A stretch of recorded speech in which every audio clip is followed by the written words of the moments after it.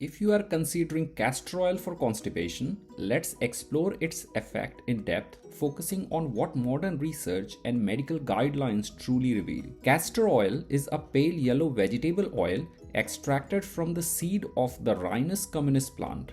Its history of medicinal use spans thousands of years.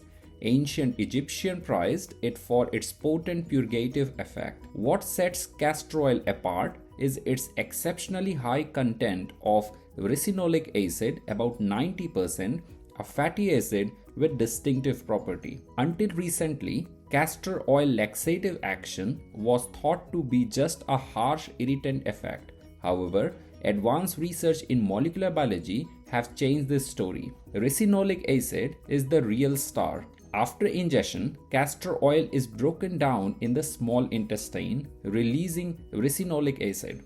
This acid acts directly on EP3 prostenoid receptor, which are located on smooth muscle cells in your intestine. Ricinoleic acid binds to the EP3 receptor like a key in a lock.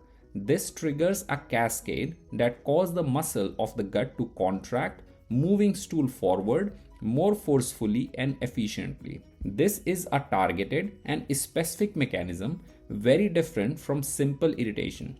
In studies, mice lacking EP3 receptor showed no effect from castor oil, confirming the specificity and safety of this interaction when used correctly. Evidence from clinical studies, colon capsule procedure, and direct trial shows in controlled trial, castor oil led to successful bowel cleansing in 92% of cases compared to only 73% in control group, making it one of the fastest acting laxative. Most people experience result in 2 to 6 hours, sometimes as quickly as 1 hour, rarely up to 12 hours. The recommended dose is about 15 to 60 ml once per day. Start with the lowest dose and adjust as necessary. Castor oil is classified as stimulant laxative like senna and besacondyl. In head-to-head studies, it works just as well as besacondyl, but sometimes cause more GI side effects such as cramps or diarrhea. Osmotic laxatives like polyethylene glycol are now preferred for long-term or chronic use because they have fewer side effects and lower risk of hydration or dependency. The FDA recognizes castor oil as generally safe for short-term use,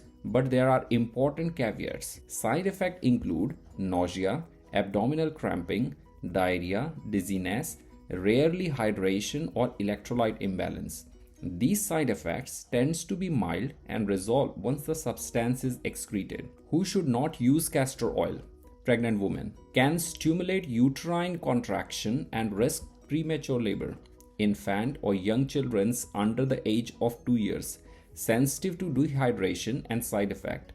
People with inflammatory bowel disease have increased risk of complication like bowel perforation. Suspected bowel obstruction risk severe complication, seek medical attention first. Regular prolonged use beyond about 1 week can cause your bowel to rely on artificial stimulation, leading to what's called laxative dependency. This can make chronic constipation even harder to manage and can result in unpredictable, difficult to control bowel habits. For this reason, castor oil is the best reserved for occasional short-term use. If you are struggling with ongoing constipation, studies suggest starting with these core strategies. Increase fiber, aim for 25 to 35 grams per day from sources like fruits, vegetable, whole grain, and supplements like psyllium. Stay hydrated. Water intake is crucial, especially when increasing fiber. Physical activity, exercise stimulate natural peristalsis. Polyethylene glycol is safe and effective for long-term use. Probiotic like Bifidobacterium lactis and other strains are showing very promising effect in clinical trial. Here are some practical tips for using castor oil safely.